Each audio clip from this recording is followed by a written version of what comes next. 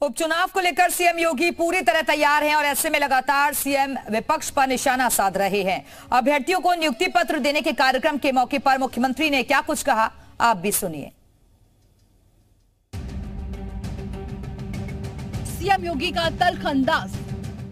खटाखट वाले भी अपने पिकनिक मनाने के लिए फिर निकल चुके हैं। विपक्ष पर किया करारा प्रहार। ये लोग आएंगे फिर वही जब मौसम आएगा। अभ्यर्थियों को सौंपा नियुक्ति पत्र। 17 के पहले तो चाचा और भतीजे में ही होड़ लग जाती थी कि कौन कहां से कितना वसूली कर ले। मौका था यूपी एसएसएससी के अभ्यर्थियों को नियुक्ति पत्र दिए जाने का, जहां 1036 अभ्यर्थियों के लिए नियुक्ति पत्र वितरण कार्यक्रम रखा गया। सीएम योगी ने अभ्यर्थियों को नियुक्ति पत्र बांटा और इस कार्यक्रम में सीएम योगी के साथ डिप्टी सीएम ब्रजेश पाठक भी मौजूद रहे। नियुक्ति पत्र देने के साथ सीएम योगी ने कार्यक्रम को संबोधित करते हुए बिना नाम लिए विपक्ष पर निशाना साधा। सीएम ने कहा कि अब बिना किसी सिफारिश के नौकरी मिल रही है। नौकरी के लिए रिश्वत नहीं लेनी पड़ती, निष्पक्ष पारदर्शी तरीके से भर्ती हो रही है। इसी प्रदेश में पहले दंगा हुआ करते थे।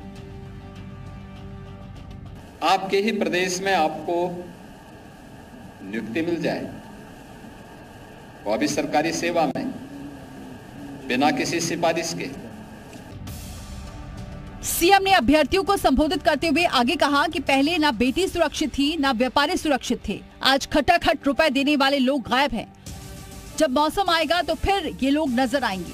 2017 के पहले नौकरी में लूट की होड़ थी। खटाखट वाले भी अपने पिकनिक मनाने के लिए फिर निकल चुके हैं देश के अंदर। उनका कहीं अता पता नहीं है, होगा भी नहीं। ये लोग आएंगे फिर वही जब मौसम आएगा तो फिर अपने मौसम के अनुसार फिर समाज को विभाजित करने के लिए, अराजकता फैलाने के लिए, धोखे से लॉटरी अगर कभी लग गई तो फिर प्रदेश को नोचने के लिए। मुख्यमंत्री ने पिछली सरकार को आड़े हाथों लिया और जमकर खरी खोटी सुनाई। सीएम ने कहा कि पहले चाचा भतीजे में लूटने की होड़ लग जाती थी, तभी हर नियुक्ति में न्यायालय का हस्तक्षेप होता था।